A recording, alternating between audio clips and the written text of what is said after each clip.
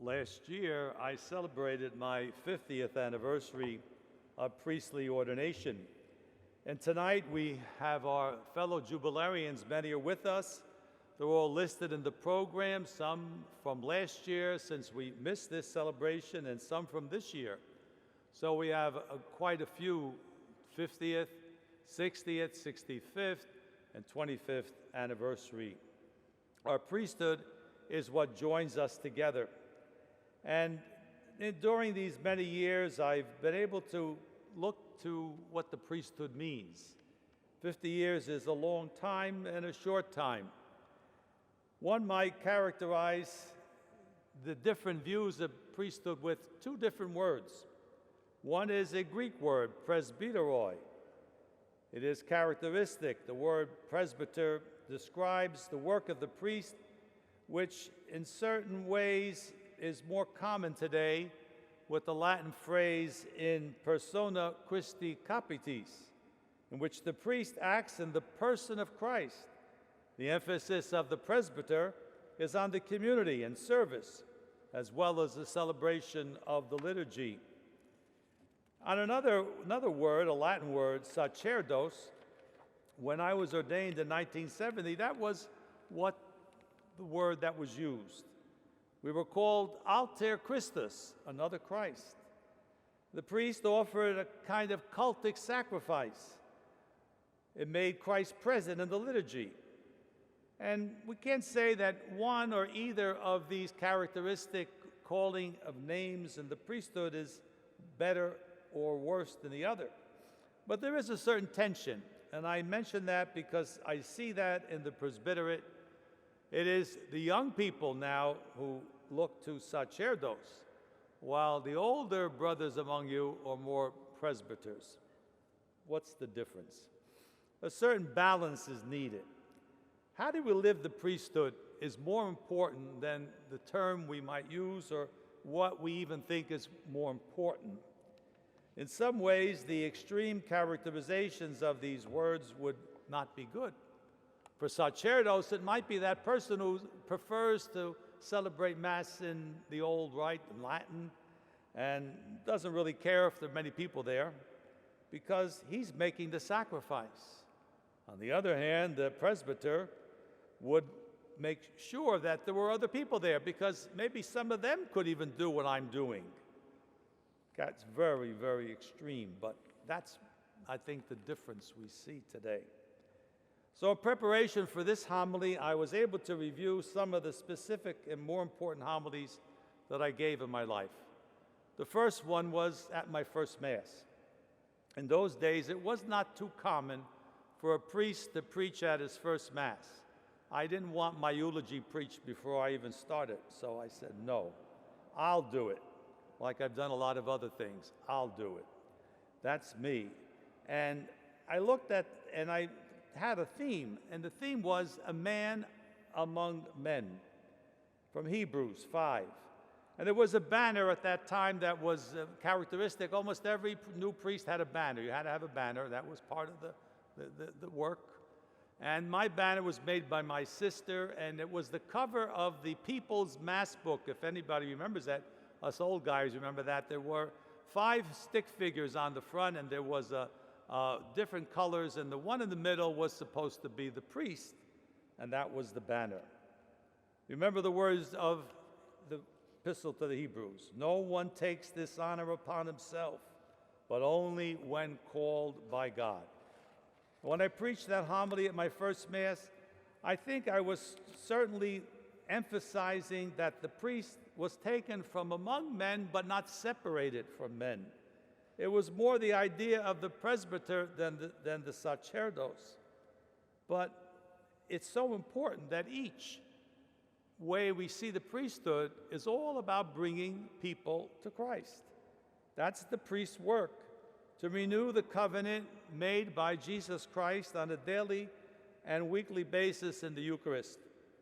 If I look back in that homily, I recognize that it was not clearly understood by many of my classmates. We were 27 who graduated from our seminary. 5 left the priesthood in almost the first 5 years, and 8 died and 14 remain. That's 50 years worth of work. But I remember the words of our seminary spiritual director. He said something that I could never forget it. He said, some priests enter into eternal repose on the day of their ordination. Don't let that happen to you, my young seminarians. Because they used to say, the priest says Mass and he goes back to bed. What does he do all day? Nobody ever saw the priest sometimes in those old days. But things changed. Second Vatican Council gave us such a lift, really. It helped us understand better what we were supposed to do. I also found the homily I preached at my 25th anniversary of priestly ordination. I was in Newark then, and the homily unfortunately had to deal with the beginnings of the sex abuse crisis that was happening then. That's almost 25 years ago. I explained that again, the man who is a priest is a man. He is a sinful man in some ways, redeemed by the blood of Jesus Christ. And we know that we who were ordained in 1970, and some of the classmates are here tonight, we were so buoyed up by the Second Vatican Council. We had the wind in our sails, so you might say, because the church had come of age. The church all of a sudden was relevant to the world. Everybody was excited about that council. Unfortunately, today the light has been dimmed by the circumstances of that scandal, not allowing us truly to implement the Second Vatican Council in all its fullness. We understand from history that the councils of the church are never immediately implemented in the successive generations. It takes 50 to 100 years before a council really sinks in to the understanding of the church. And let's not forget what the Second Vatican Council was about. It was about the universal priesthood of the laity, making us understand that this pyramid understanding of the church was rather some kind of a circle with authority, yes, but there was a shared responsibility. That priesthood of the faithful is what joins us all together. I looked also when I was ordained a bishop, and what I said to myself in some ways, and what I preached at my Episcopal ordination, and it was taken from the Sermon on the Mount. And I recognized that discipleship really means entering through the narrow gate. It is not easy to follow Jesus Christ in this world today. No, especially as a bishop, as I was to find out. Little did I know what was before me. But again, the bishop must be father, brother, and friend, especially to the priest, because it is only through you that I can pastor God's people, and I must be all of those roles sometimes at the same time. Another homily that was important to me is when I was installed as Bishop of Camden. It was on the day of the feast of St. Mary Magdalene, and 3 women who really were important in my life carried that icon of Mary Magdalene in the procession. Joanne Weiss, my secretary then and now for 27 years, and 2 others who are now deceased. They were my close collaborators in Catholic community services in Newark. And I preached on that day that a bishop must be a servant of the gospel and the hope of the world. It had recently been a document that the Holy Father had given us. In the age of St. John Paul II, in his encyclical Faith and Reason, he reminded us that we first must know ourselves, yes, and he told the bishops that we must live the evangelical counsels, which are critical to the life of priests and bishops, that bishops also must embrace a simple life, a life of chastity, and a life of obedience to God's law.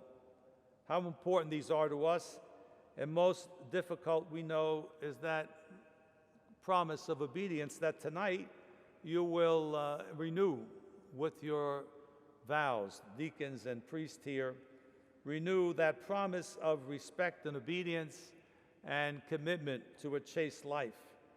Yes, unless we, however, embrace a simple life, a life of somewhat of poverty of spirit, we never will be able to live the life of chastity, because that detaches us from ourselves, and only then can we live the chaste life to which we're called. I take this time to remind everyone of three characteristics that are really important in the relationship between bishop and priest.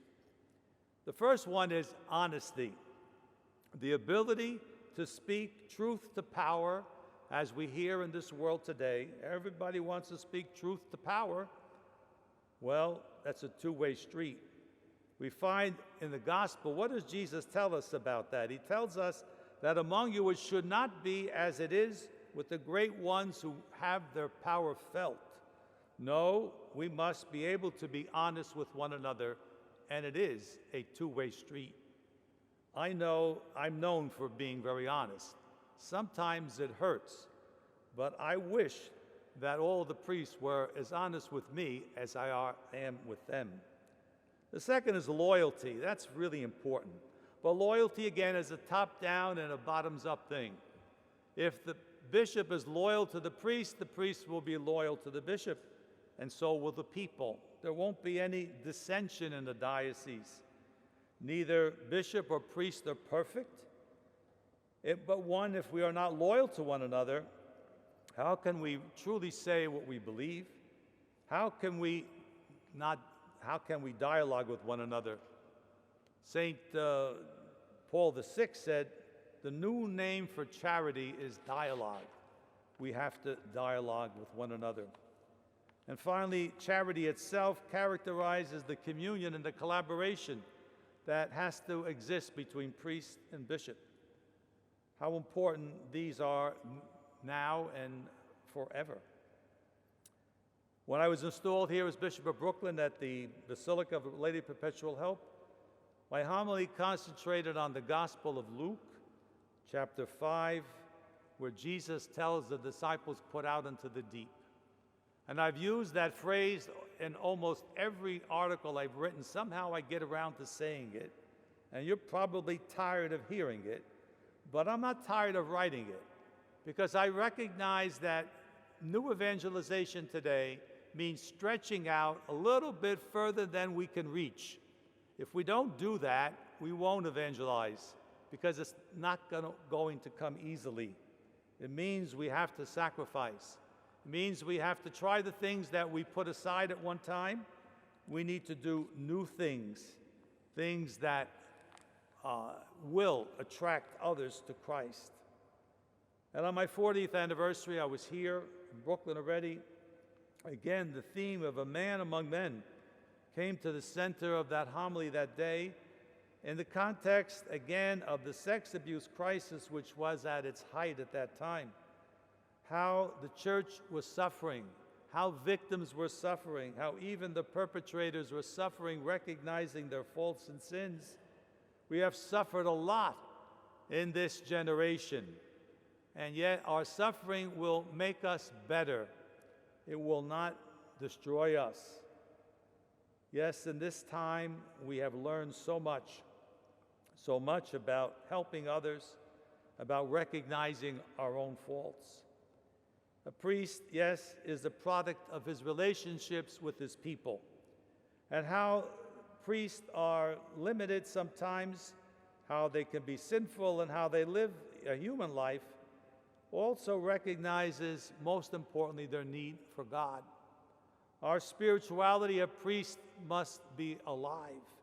Priests are anointed and appointed to assist others to develop their relationship to God. Tonight we bless that oil of chrism, which gives us that special work.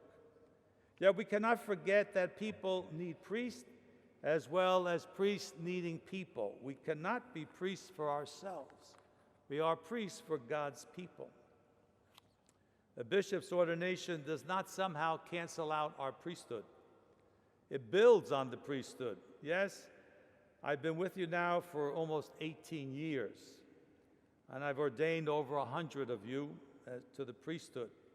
I've come to know and love all of you, and I have to say that I see a vibrancy, a loyalty, and an honesty in this presbyterate like no other I've experienced.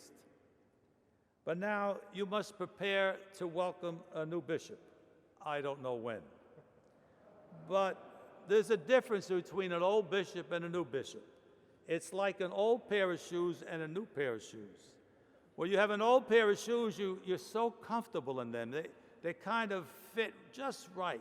If you have a corn, there's some allowance for that, right? And you hate to get rid of those old shoes. But sometimes you really have to get rid of them. And then when the new shoes come, they can be tight. They don't fit the right way. And sometimes they're not even measured properly. Well, just think of that when you say the old bishop and the new bishop.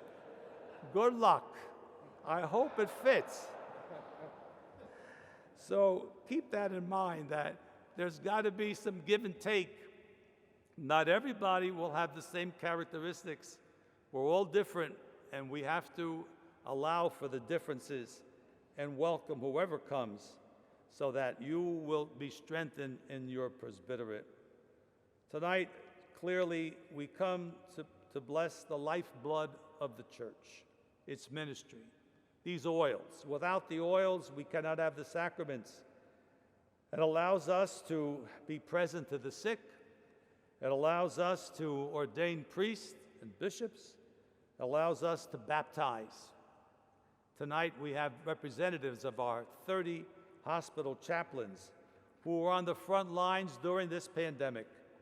It was not an easy time for them, or none of us, we know that, but how they were there, risking their lives at times to minister to God's people. So we thank them tonight in a special way for what they have done during this time and continue to do.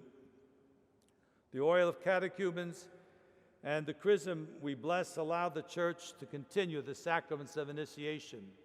We need to keep growing, evangelizing. We have such an opportunity in this diocese, so many new people, so many newcomers from all over the country and the world. What a fresh opportunity we have. Let's not let it pass by. And so I ask you tonight, priests and people of Brooklyn and Queens, to listen to these words and remember how much your priests love you, for the laity among us and those represented here. Yes, people are very quick to criticize priests today, very quick. I get lots of letters. Sometimes 1 in 10 is a compliment. The other 9 are complaints. Well, it is because they expect a lot of priests. They expect them to be representatives of God. And it is so difficult that we live up to that special calling. So whether you see yourself as sacerdotal or presbyteral, to put those things out, it's the same priesthood you live, not for yourself, but for others. And because you represent others and you bring them to Jesus Christ, never forget what your sacred mission is all about. We commend tonight also the deacons among us who help us so much, who minister in their sacrament, which is part of the sacrament of orders. Also, all the representatives tonight from the various parts of the diocese, thank you for coming. Thank you for the deans who will take these oils back to the deanery so it will be easy for you to receive them. Tonight, let the Lord keep you under his wings and give you the strength you need to face the future here in Brooklyn and Queens.